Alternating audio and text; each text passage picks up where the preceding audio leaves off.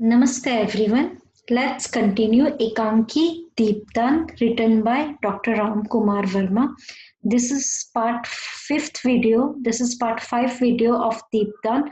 The links of previous videos are given below. तो हमने देखा था शामली और पन्ना बात कर रहे हैं कि महाराणा विक्रमादित्य की हत्या हो चुकी है और बलवीर तलवार लेकर कुंवर उदय सिंह को मारने के लिए आ रहा है और कोई भी सैनिक या कोई भी सामंत उसे रोकने के लिए तैयार नहीं है। तो शामली कहती है कि उसके साथ सैनिक भी हो सकते हैं धायमा, युद्ध में तुम्हारे प्राण जाएंगे और कुंवर जी भी ना बचेंगे। तो पन्ना कहती है कि जब कोई मेरी मदद नहीं करेगा तो मैं तलवार लेकर खुद युद्ध करूंगी बनवीर से।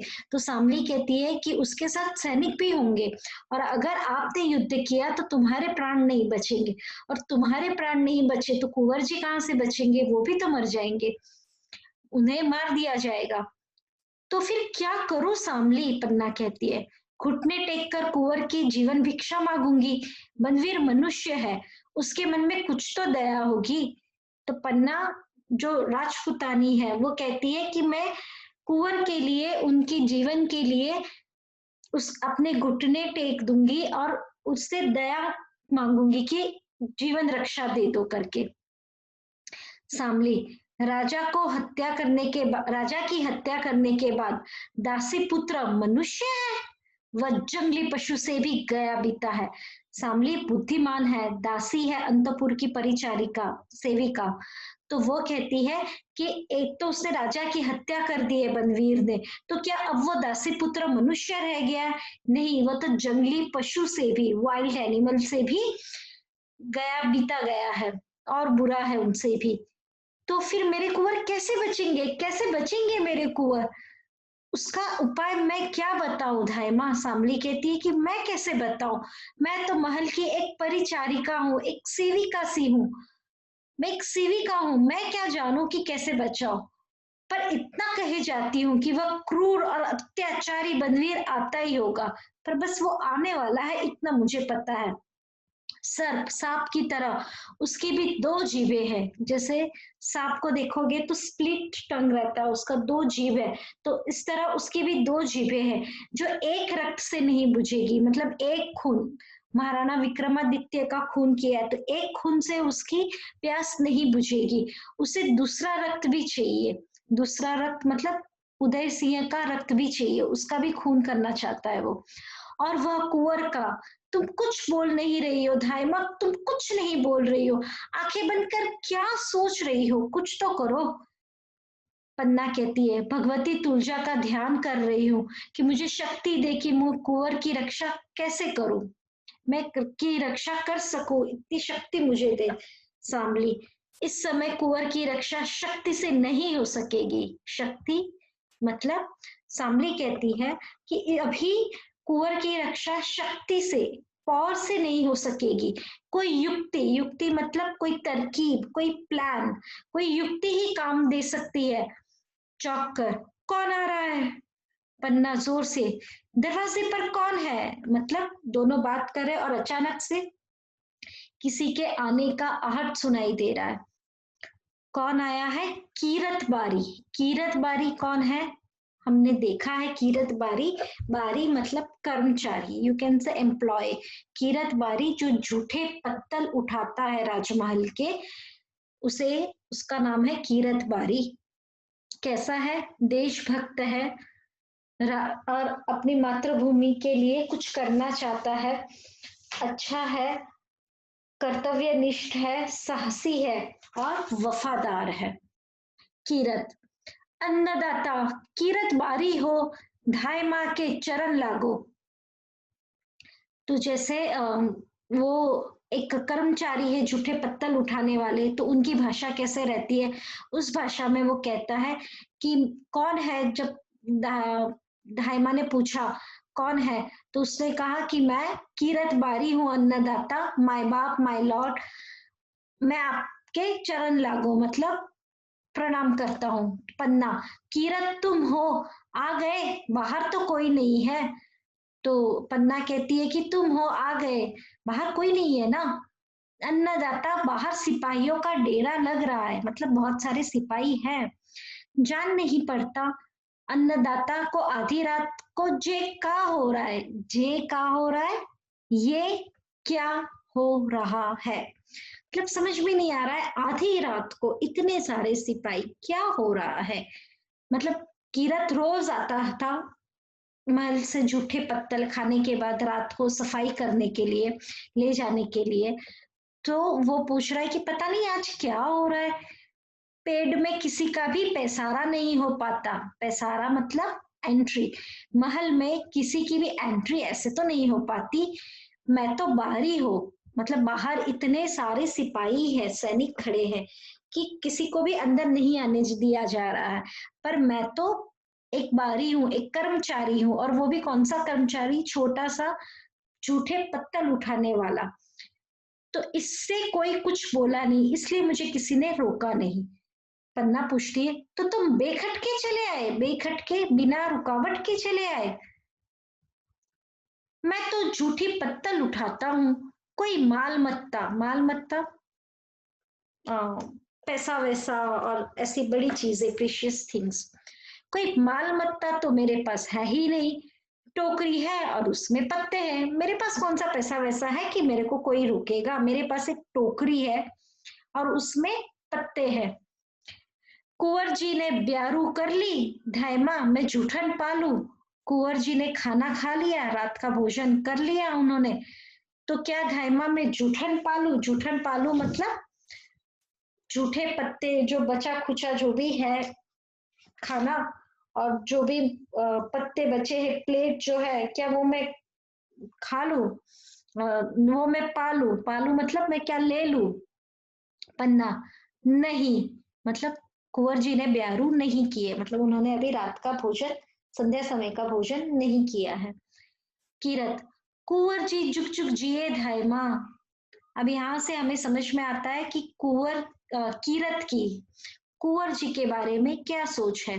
कीरत कहते हैं, कुंवर जी जुग जुग जिए धाय माँ। जब से कुंवर जी बूंदी से आए हैं, बूंदी मातृभूमि का मान जो हमारा लेसन था उसमें भी बूंदी इस प्लेस का नाम है, वो उसका है। मतलब ये सारी कहानी चित्तौड़ राजस्थान की है, राजपूत लोग रहते हैं वहां पे। तो जब बचपन में इन्होंने कुंवर उदय सिंह की माँ ने उन्हें पालने की जिम्मेदारी जब पन्ना धाई माँ को दी थी, तब उन्हें बूंदी भेज दिया गया था दुश्मनों से बचने के लिए। तो जब बड़े हो, मतलब अभी जब वह वापस बूंदी से आए हैं, तो what is Bundi, just remember Bundi is the name of a place, that's it. Kirat, Kunwar ji जुग जुग जिए। जब से कुंवर जी बूंदी से आए हैं, जब से वो वापस आए हैं हमारे महल में, बूंदी से आए हैं, तब से सगर, सगर सारा महल में उजियारा फैल गया है, रोशनी हो गई है। राणा, राणा मतलब राणा। विक्रमाजित, विक्रमाजित विक्रमादित्य। जब हर भजन करेंगे, हर भजन मतलब जब उनका शासन नहीं रहेगा, तो धायमा अपना चोर छत्तर कुंवर जी को हो तो सौंपेंगे। मतलब विक्रमादित्य अपने बाद चोर छत्तर मतलब राजगद्दी कुंवर जी को ही तो देंगे। और कुंवर जी जब राणा, राजा हो जाएंगे, तो सगर जहान, सगर जहान सारा संसार उनको बंदगी करने आएगा। बंदगी करने आएगा मतलब उनकी, उनको प्रणाम करेगा। सच जानो धाय माँ, कुंवर जी के स्वरूप दर्शन दाखिल है। यहाँ समझ में आता है कि कीरत जो कुंवर उदय सिंह है, उसमें अपने एक राजा को देखता है, चित्तौड़ के राजा को देखता है, और वह कहता है कि उनके लिए तो मैं अपनी जान तक हाजिर कर सकता हूँ। धायमा कुछ सोच रही है, तो कीरत धायमा को पूछ रहा है और बता भी रहा है कि वह क्या सोचता है कुंवर के बारे में। और और पूछता है कि क्या आप कुछ सोच रही है। तो पन्ना कहती है, धायमा कहती है, हाँ हाँ मैं सोच रही हूँ। और सामने से, जाओ तुम बाहर जाके देखो सिपाही कहाँ कहाँ खड़े हैं और गिनते कितने सिपाही है, वो गिन के आना। मतलब तो अब स्टेज का जो दृश्य है, वहां पहले शामली थी, पन्ना थे और कीरत की एंट्री होती है। अब शामली बाहर चली जाती है ये देखने के लिए कि कितने सिपाही महल को घेर के खड़े हुए। तो अब स्टेज पे कौन कौन है? अब स्टेज पर है पन्ना और कीरत। कीरत जूठे पत्तल उठाने वाला बारी। पन्ना कहती है, तो कीरत तुम कुंवर जी को बहुत प्यार करते हो? अन्नदाता, अन्नदाता माय बाप, माय लॉर्ड। प्यार कहने में जबान पर कैसे आए, मतलब कोई कैसे दिखाए कि कोई कितना प्यार करता है? जबान मतलब मुंह से, वो तो दिल की बात है, मौके पे ही देखा जाता है। मौका जब अवसर आता है, जब जब कोई ऐसा काम आ जाता है, जब तभी प्यार कौन कितना करता है वो तब देखा जाता है। और कहने को तो मैं कह ही चुका हूं कि उनके लिए अपनी जान तक हाजिर कर सकता हूँ। मतलब मैं तो पहले ही कह चुका हूँ कि मैं उनके लिए अपनी जिंदगी भी दांव पे लगा सकता हूँ। और जब अवसर आएगा तभी तो पता चलेगा कि मैं कितना प्यार करता हूँ, ये मैं दिखा पाऊंगा। पन्ना, जान तक हाजिर कर सकते हो? ऐसी बातों में तीन तिरबाचा नहीं हराते धायमा, मौके पे ही देखा जाता है। इन शॉर्ट किरत कहता है कि ऐसी जो बातें रहती है वो बोल बोल के नहीं समझाई जाती है, अवसर आने पे ही पता चलता है। तो वह मौका आ गया है किरत। मौका? कैसा मौका? पन्ना, कुंवर जी को बचाने का। कौन के सिर पे भेरू बाबा की आंख चढ़ी है जो कुंवर जी का बाल भी बांका कर सके?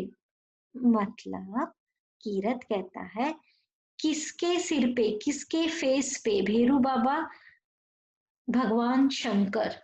भगवान शंकर, वी ऑल नो कि भगवान शंकर की त्रिनेत्र है वो, तीन आंखें हैं उनके फोरहेड पे, सर पे एक तीसरी आंख है भोले बाबा के। तो कीरत कहता है कि किसके सर पे शंकर जी की तीसरी आंख चढ़ी है जो कुंवर जी का बाल भी बांका कर सके। मतलब शंकर की तीसरी आंख तभी होती है जब प्रलय आता है, जब सब कुछ विनाश होने वाला है। तो ऐसा कौन है जो कुंवर जी का बाल भी बांका कर सके? तो ऐसा तो कौन कर सकता है? सिर्फ शंकर जी कर सकते हैं। और तो शंकर जी जैसा कौन है यहाँ पे जो हमारे कुंवर को की का बाल बांका कर सके? इन शॉर्ट भगवान के अलावा उनका कोई बुरा, मतलब किसी में इतनी हिम्मत नहीं है कि उनसे युद्ध कर सके या उनका बुरा चाहे। तो कीरत कहता है, और कीरत के रहते और मेरे रहते, मेरे रहते कौन है जो हमारे महाराज, हमारे कुंवर को का कुछ बुरा करे? धायमा, हंसी तो नहीं कर रही है अन्नदाता, आप मजाक तो नहीं कर रही है मुझसे? कीरत को लगता है कि कहीं धायमा मजाक तो नहीं कर रही है ऐसा बोल के। नहीं कीरत, हंसी का समय नहीं है।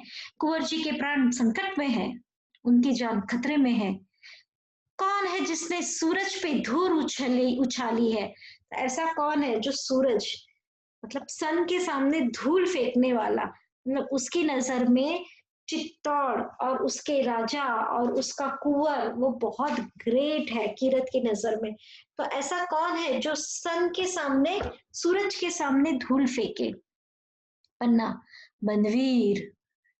अरे वो बनवीर जो महाराजा विक्रमाजित के दरबार में बंदर सरीखा नाचता है। अरे जो बंदर के जैसे नाचता है वो बनवीर करेगा हमारे कुंवर की हत्या?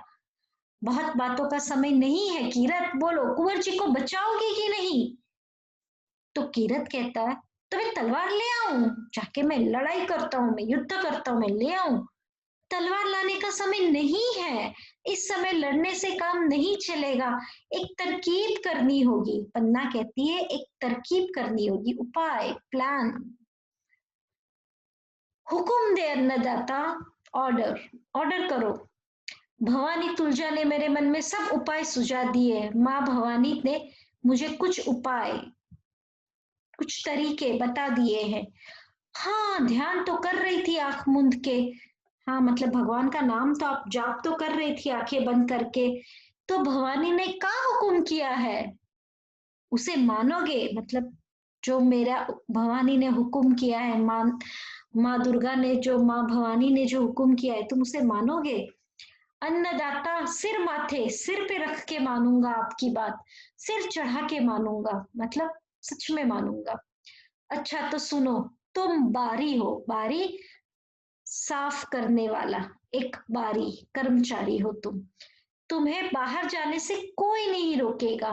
तुम तो टोकरी में झूठी पत्तल उठा के जाते ही हो। ठीक कहती है अन्नदाता, कीरत बोला, आते वक्त भी किसी ने नहीं रोका। तो तुम कुंवर जी को टोकरी में लिटाकर उन पर गोली, गोली नहीं होगा, गीली, उन पर गीली पत्तलें डालकर महल से बाहर निकल जाओ।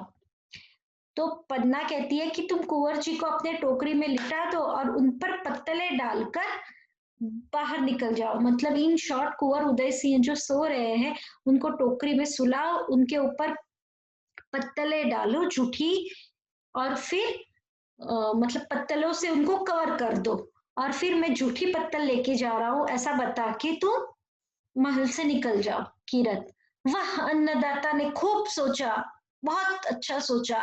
मैं ऐसे निकल जाऊंगा कि सिपाही लोग मुंह देखते ही रह जाएंगे, मतलब किसी को पता भी नहीं चलेगा कुंवर जी कहाँ है। तो पन्ना कहती है सो रहे हैं, आज भूमि पर ही सो गए, आज नीचे ही सो गए, भूमि पर ही। उन्हें धीरे से उठाकर अपनी टोकरी में सुला लेना, वे जागने ना पाए। तो पन्ना कहती है देखो वो जाग ना जाए, धीरे से सुलाना उनको। अन्नदाता, उनको पता भी नहीं चलेगा कि कहाँ से कहाँ सो रहे हैं।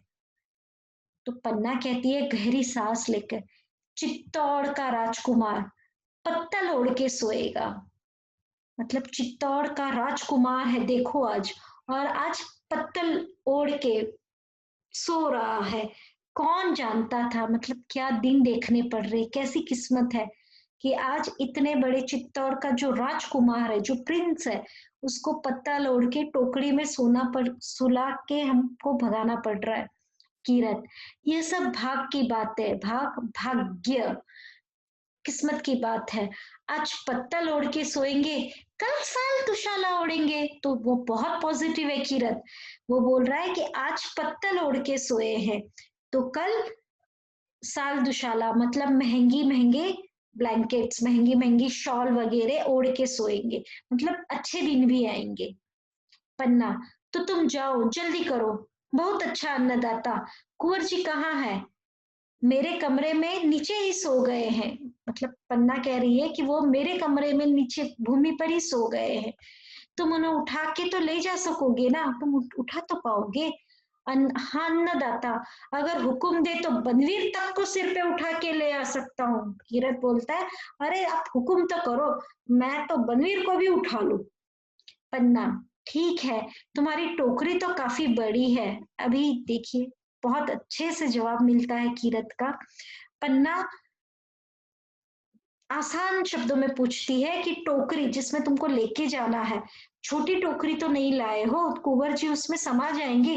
टोकरी तो काफी बड़ी है ना, तो she is talking about size, टोकरी का साइज तो बड़ा है। कीरत का आंसर है अन्नदाता, आपके जस ने ही तो मेरी टोकरी बड़ी कर दी है। मतलब वो साइज की बात नहीं कर रहा, वो बोल रहा है आपके जस ने ही तो, आपने जो मुझ पे विश्वास किया है और जो मुझ पे काम सौंपा है मुझे, उसने तो मेरी टोकरी बड़ी कर दी है। मतलब यहाँ बड़ी का मतलब है उस, आपने जो मुझे जस दिया, विश्वास दिखाया, जो काम दिया है, उससे मेरी टोकरी महान हो गई है।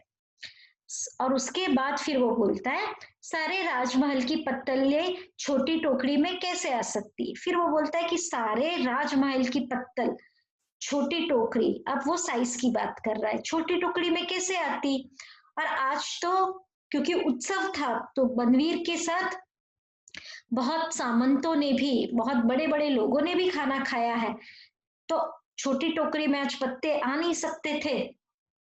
तो मैंने भी सोचा कि आज बड़ी टोकरी ले चलूं, सो वो ही ले आया, इसलिए मैं आज बड़ी वाली टोकरी लेके आया हूँ। तो चलो मैं तुम्हारी मदद कर दूं। कीरत कहता है अन्नदाता अब तकलीफ ना उठाए, मैं कर लूंगा। और हाँ, कुंवर जी को लेकर पन्ना कहती है तुम बेरिस नदी, बेरिस नदी नदी का नाम है, वो बता रही है कि कीरत को उदय सिंह को कहाँ छोड़ना है। तो बेरिस नदी के किनारे मिलना, वहां जहां शमशान है, शमशान जहां पे अग्निदाह किया जाता है, मृत्यु होने के बाद जहां ले जाया जाता है। तो वो इन शॉर्ट जगह बता रही है कि बेरिस नदी के किनारे जहाँ पे शमशान है, वहां तुम छुप के उदय सिंह को छोड़ देना, और मैं यहाँ से बच के आ जाऊंगी और हमारे उदय सिंह को बचा लेंगे। कीरत कहता है ठीक है अन्नदाता, वही मिलूंगा, वहां मुझ पे किसी भी आदमी की नजर ना पड़ेगी। तो शमशान के वहां पे तो ऐसे भी कोई आता जाता नहीं है, तो वहां तुम किसी की नजर नहीं पड़ेगी, तो बेरिस नदी के किनारे ही मिलूंगा।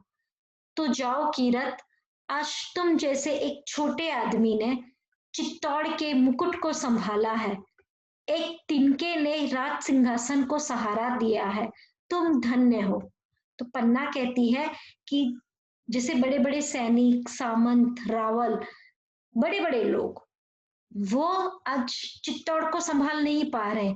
चित्तौड़ को एक सफाई कर्मचारी, एक झूठे पत्तल उठाने वाला बारी आज चित्तौड़ के मुकुट को संभाला है, मुकुट मतलब क्राउन को संभाला है। एक छोटा सा तिनका, उसने आज राज सिंहासन को सहारा दिया है, तुम धन्य हो अन्नदाता।